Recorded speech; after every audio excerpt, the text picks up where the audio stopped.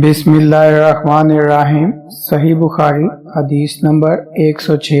حضرت علی رضی اللہ عنہ کو یہ فرماتے ہوئے سنا کہ رسول اللہ صلی اللہ علیہ وسلم نے فرمایا کہ مجھ پر جھوٹ مت بولو، کیونکہ جو مجھ پر جھوٹ باندھے وہ دوزخ میں داخل ہو۔